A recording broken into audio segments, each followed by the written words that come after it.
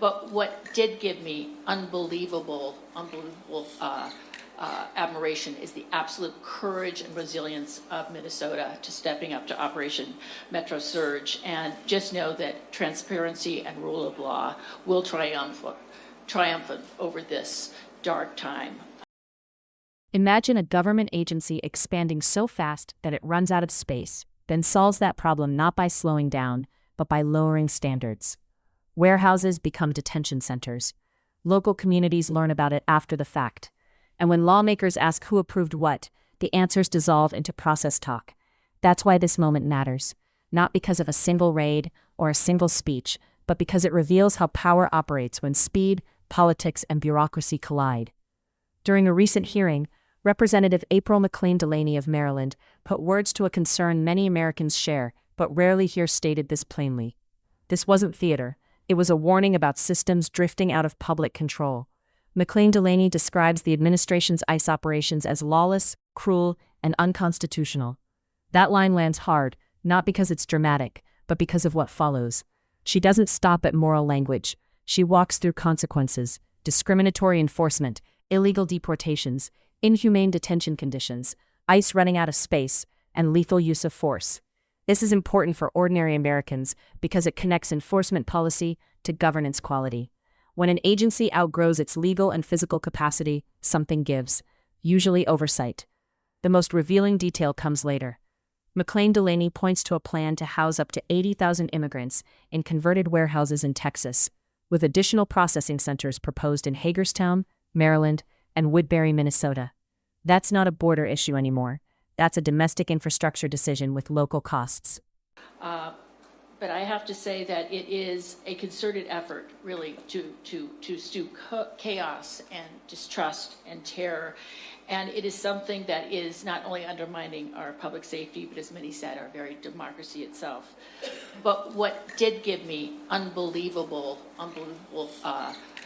admiration is the absolute courage and resilience of Minnesota to stepping up to Operation Metro Surge. And just know that transparency and rule of law will triumph over this dark time. I represent Maryland's 6th District, home to Gaithersburg and Germantown, who are some of Maryland's most diverse communities. And my constituents are immigrants. They come from around the world.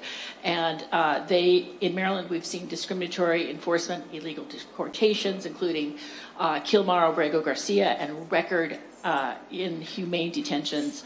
Our systems, also detentions, are not designed to really house such mass incarceration, and ICE is running out of space. Their lethal use of force under the pretext of the Supremacy Clause, which is without legality or merit, is misleading, and I have been pushing back forcefully about it.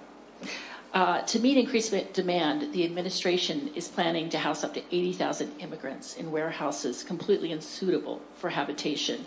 And I was just outside with a group of AAPI community nonprofits who are saying that many people are being picked up, many of them are legal or have legal status, and are being shipped within 24 hours to warehouses in Texas without transparency or with any access to good treatment or legal rights.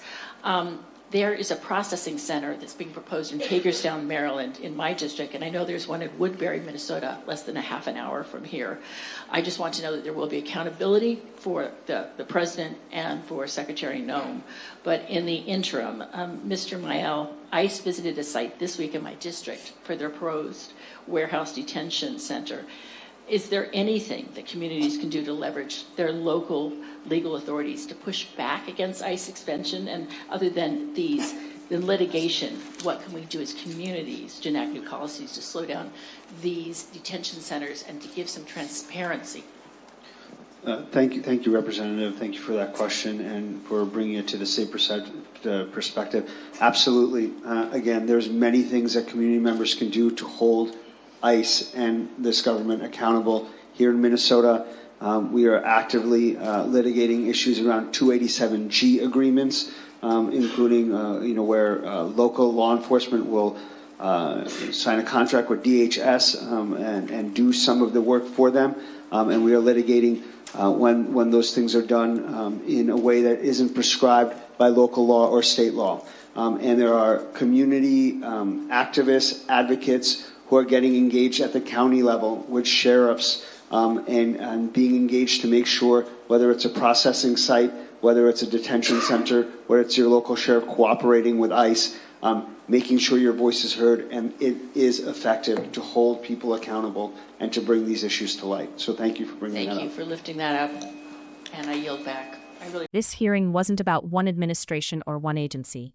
It was about what happens when speed replaces scrutiny and power outruns accountability. Warehouses are easy to build. Trust is not.